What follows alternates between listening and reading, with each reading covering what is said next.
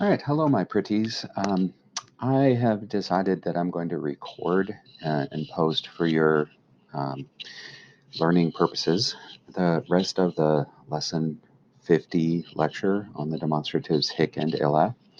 Um, Making up for the snow day is a challenging thing, but I think it's going to be best to give you this recording rather than wait until next week to present this information to you. So I hope that meets with your learning goals and aspirations. I'm going to point out that I am skipping through the first couple slides. You can always pause and revisit these um, and take notes on them if that is helpful to you. I'm going to try to make my clicking through such that you can pause on a slide by slide basis as you need to.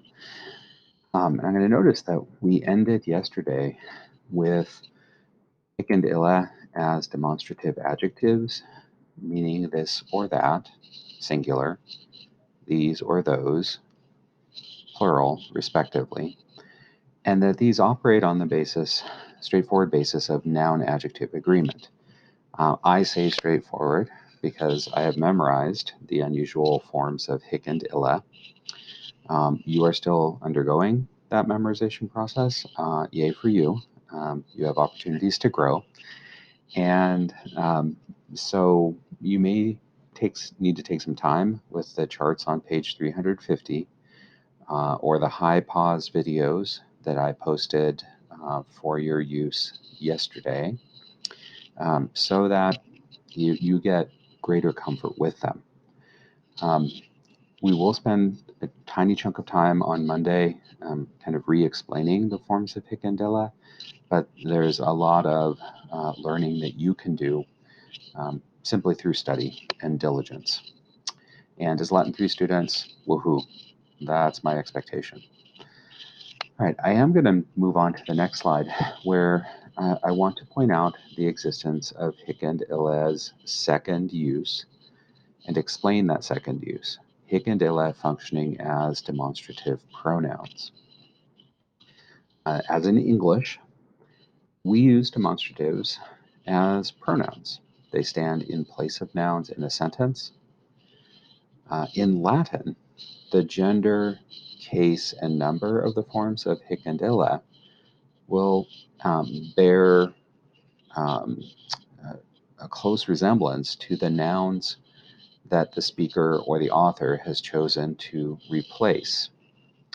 So this is a very simple example, and it's entirely in English.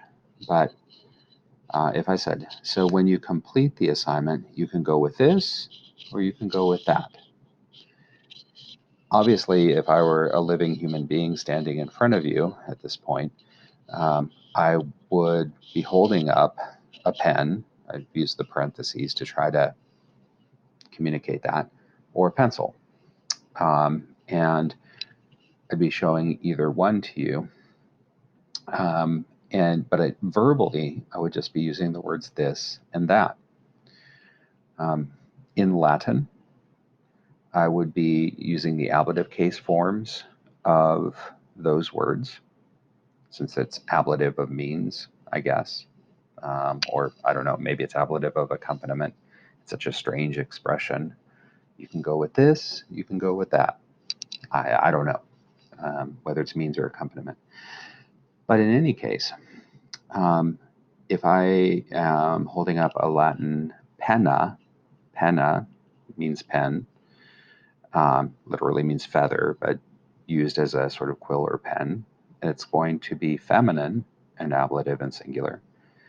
And if I'm using the word pencil, stilus in Latin, masculine, I would use hoc for pen and illo for pencil. Not only differentiating this, meaning the one that's nearer to me, or that, the one that's farther away, but also differentiating the gender to refer to the noun implied when I use a demonstrative pronoun. All right, when we're focused on reading and understanding Latin, which right now is our starting point, choosing a translation for a pronominal pronoun form of hic or ille is going to leave you lots of options. You can see them on the screen as you're taking notes. Your wrist may get tired writing them all down. But I'm going to make the main point that context and the forms of hic or ille that you're encountering matter. They're going to guide your translation.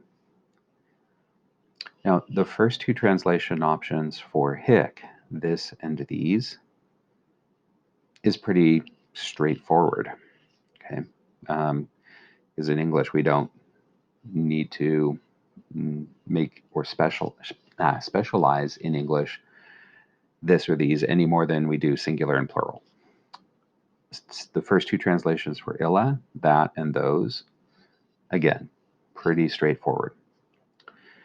But there are going to be times when the pronoun is referring to a human.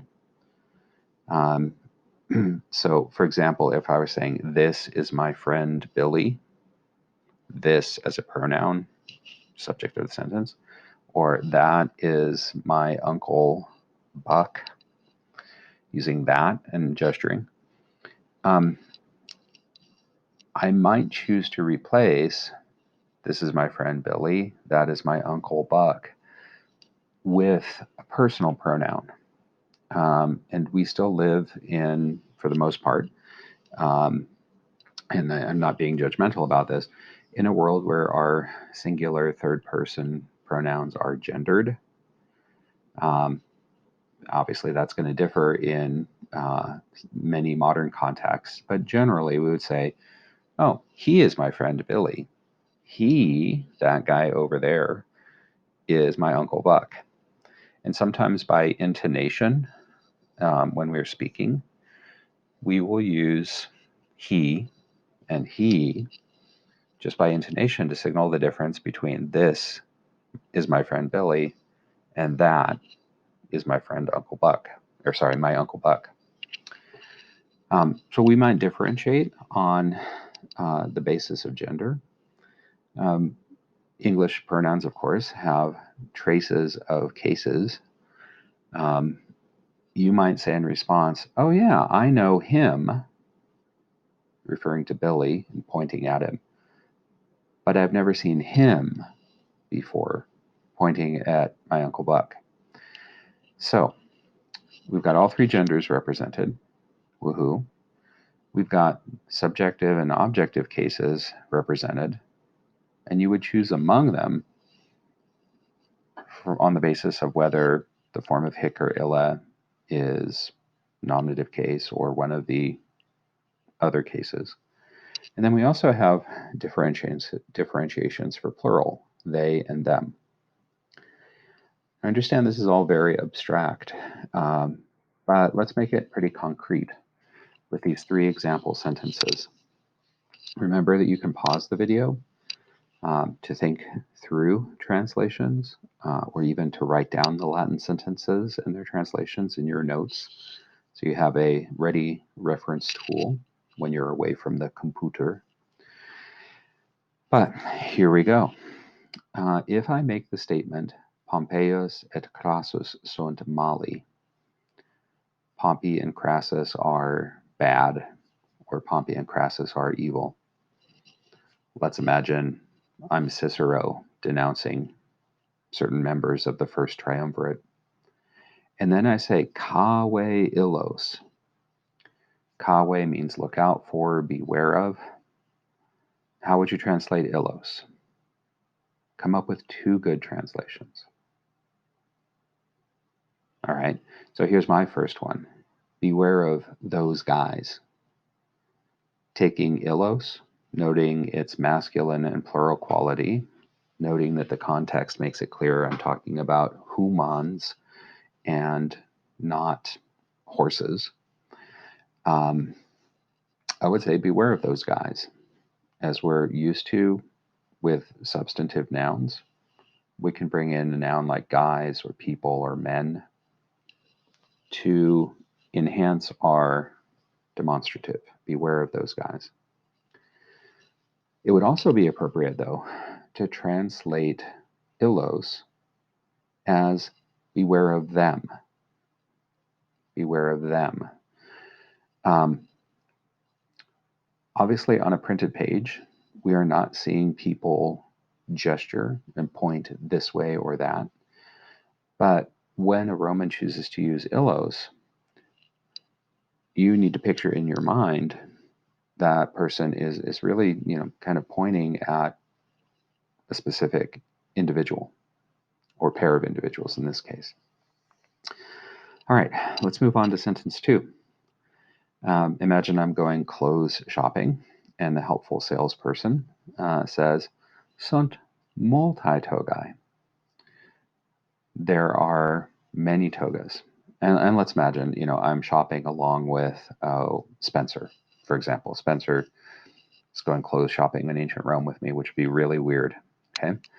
And the salesperson looks at Spencer and says, I'm not really sure. He's just wearing a tunic right now. He's not dressed very formally. I can't tell if he has taken on the status of an adult male, if he's still wearing the toga of a child and just needs a new one for a special occasion. All these contextual questions, which are, we face in real life. The Romans faced in real life. But anyway, in this strange scenario, I'm going clothes shopping with Spencer, and the salesperson says, "Sunt multi togae. Hae viriles ille praetexta sunt." And you'll remember, men wore the toga virilis, boys wore the toga praetexta, girls as well. And in the context, how would we translate hae and ille? Well, in a context where we bring our brains to a Latin sentence, in the scenario that I've described, we might picture the salesperson gesturing. Hae viriles ille praetextae sunt. So with one hand, she gestures and says, "These are men's togas.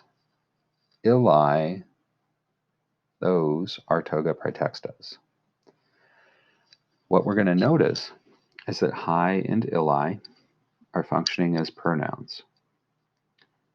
They're nominative and plural and feminine, replacing, standing in for, a repetition of the word togai. So these are men's, those are boys' togas or toga praetextas. All right, cool. Especially when both hae and ille are used in two sentences, in the same sentence, it's a really good idea to stick with a demonstrative translation. These are men's togas, those are toga praetextas. Or these are men's, those are praetextas. Because the demonstratives, they're used to make a differentiation, and let's do that in English as well. All right, imagine homeschooling parents in the last sentence having a conversation. One of them says, "Liberi ad sunt," the children are present. Okay. And then that person continues and says, "Hunc ego docebo, illam tu docebis." The children are present. Hunc ego docebo, illam tu docebis. And what I'd like you to know or glean from context in the forms of hunc and illam is that there are two children. One happens to be male. Notice the masculinity of hunc. One happens to be female. Notice the femininity of illam. Both are singular. In this context, if you've worked out a translation, yay you. Pause if you haven't. I might translate Honk as him and Illam as her. So I will teach him, you will teach her. In this instance, there's no need to differentiate necessarily between this child and that child. If you want to, you can. Perhaps because of gender and our tendency to still assign that to human beings, using the personal pronouns him and her will work in this sentence. And by the way, we are using him and her because Honk and Illam are objects, direct objects in their sentence. Okay, I'm probably saying things that you already know. All right, now let's take a quick look at a second example, kind of set off from the others in the form of a quotation from the Roman playwright Terence. This would be a phrase of the day. You can consider it to be a phrase of the day because it is an ancient quotation, as I've said, from the Roman comic dramatist Terence, who has one character who is speaking in the play say this in reference to two other characters. Okay, and so in our teaching scenario, I want you to imagine me as the speaking character, and the other two characters are represented in the photograph that accompanies the phrase of the day. Quick thing to notice, okay? In this world in which I am teaching, Hick, the masculine dude, is closer to me, and therefore I'm using Hick. Illam, the feminine dudette, is further away from me, and that physical distance colors my choice of whether to use Hick or ille in reference to one person or the other. All right. Now you guys can quickly work out a translation of this, remembering that Hick and Illam are being used as pronouns. Here's my translation. Pause if you don't want to see it yet. Here it is. I'm going to give you two options. He, or this man, will take or will lead her, that woman, in marriage. Or, as I prefer to say, in marriage. Right.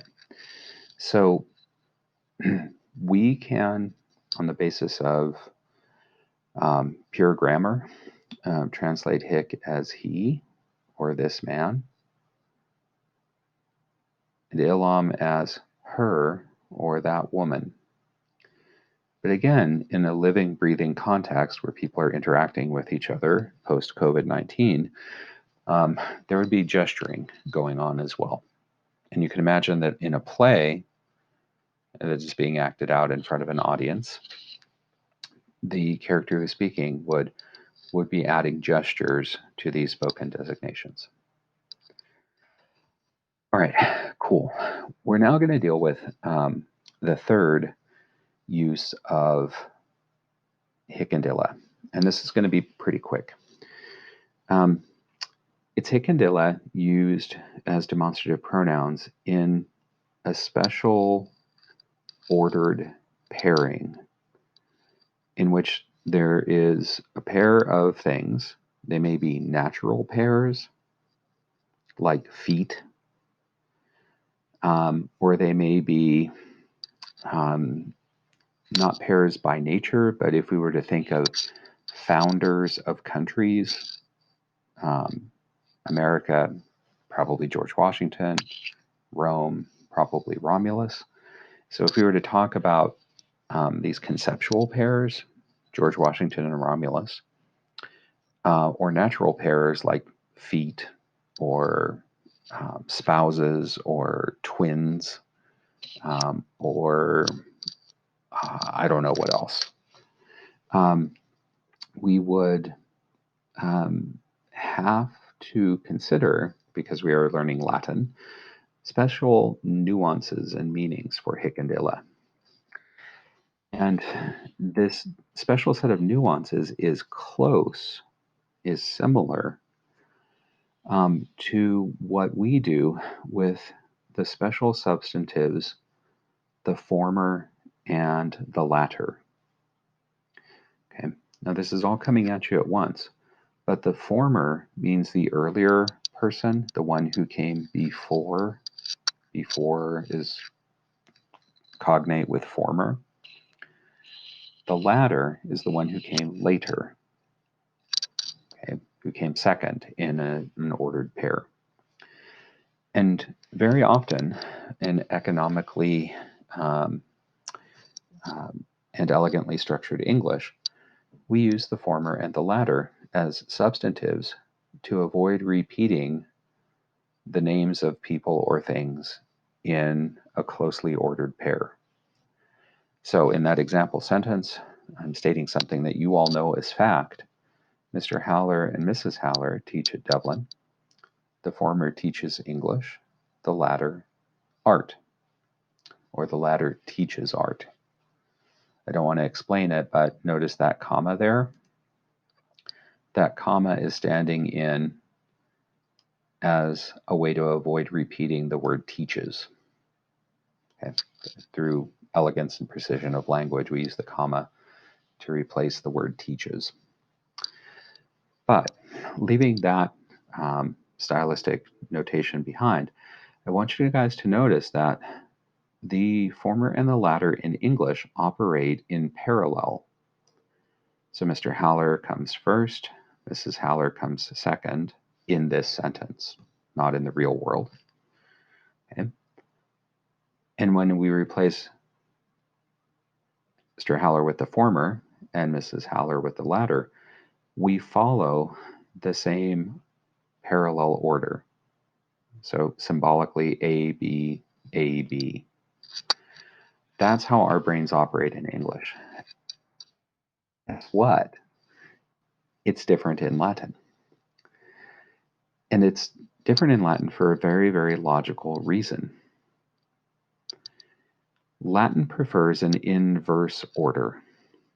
Okay, so instead of A, B, A, B, inverse order would be A, B, B, A. Now, if you don't like that symbolic notation, it reminds you too much of algebra. Let me point out that hic, by its nature, means the nearer of two things or people. Ille refers to the further of two things, the one that's further away. And you can kind of sort of understand, well, if I say Bill and Ted are excellent, and I in Latin want to use hic to refer to Ted, it's very logical because he's the closer one. In English, though, we would translate hic as the latter, the later of the two people, because the later of the two people is also the nearer of the two people. We would use ille to refer to Bill, the former, because he's further away in the ordering of words and ideas in our sentence. This is something best observed in an actual example, and let's leave Mr. and Mrs. Haller out of it. Okay, let's take this sentence that almost takes you back to, chapter 2 or lesson 2 in Latin for Americans. Roma et Athenae sunt in Europa. Okay. And I'm going to have to ask your forgiveness for a moment. Athens is technically plural, but I'm not going to use it that way in this sample sentence. Okay, so ignore my little discrepancy in grammar. But Rome and Athens are in Europe. Haec est in Graecia, illa in Italia. Right. Hike refers to Athens, the nearer of the two cities that I've mentioned. In English, we would need to translate hike as the latter. And ille, going back to the earlier, the further away, the former, would be translated as, well, the former. Rome and Athens are in Europe. The latter is in Greece, the former in Italy. So it's kind of like switching the, well, I don't want to say it's kind of like switching. We're switching from a parallel ordering, which is our preferred method in English, to an inverse ordering, which is the preference of the Romans. Okay? Given that hic means the nearer of two things, and ille means the further away. All right, I'm going to save you guys a little bit of pain and suffering and ask you to patiently find and then do with me workbook activity 50F, as in flying monkeys, and I'll send them to you, my pretties, if you don't follow my instructions now. It's on page 183 in the workbook. I would like you to translate one sentence at a time and check your work with my sample translations. Okay, so do a translation of sentence 1 right after you pause this video. Then come back, look at my translation of sentence 1, and pause the video again and do a translation of sentence 2, and so on. So on a sentence by sentence basis. All right, you're ready to begin? Begin by translating sentence 1 as soon as you hit pause.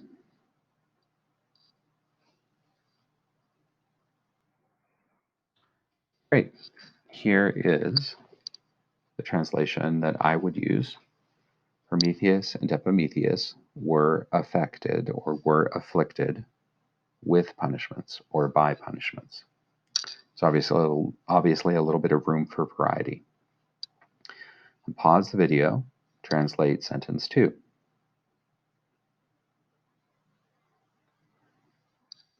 Here's my translation of sentence 2. We are talking about two brothers, Prometheus and Epimetheus. They are a closely ordered pair. And so in this context, I prefer the translation of ille as the former, remembering that the former refers to the earlier of two people in this instance, or gods, in this closely ordered pair. You could get away with translating ille as that god, or that one, or he, but you would be missing out, your reader, your grader, me, I, would be missing out on your showing to me that you know exactly to which of the two brothers this sentence is referring. All right, I'll pause the video, translate sentence 3. All right, very fine. I chose the translation the latter because ille is, hic is referring to the nearer of the two people in the pairing. Okay, the one who comes later. And we can quibble about some of the other details in the translation, whether to use the English straight up derivative matrimony or the idiomatic marriage. It's up to you. Okay.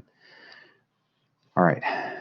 So questions 4 and 5 don't need translation. They just need you to interpret what we've just done. Which brother was enchained and attacked? Prometheus. Which brother suffered because of his poor decision making? And with apologies, I disagree with the sentence's interpretation. It wasn't all Pandora's fault. It was Epimetheus's fault for, never mind. Okay. So in any case, you can stop the video now. There are the rest of the workbook activities to do. Most of them are focused on simple noun-adjective agreement. And go forth and conquer. I will catch up with you in person on Monday. If any of this material is confusing to you, you can hit me up in 7th hour if you're watching this early, or during my office hours from 9 to 10 on Friday. All right, that's it for me. Thanks for listening and learning, and I wish you a very, very great Friday.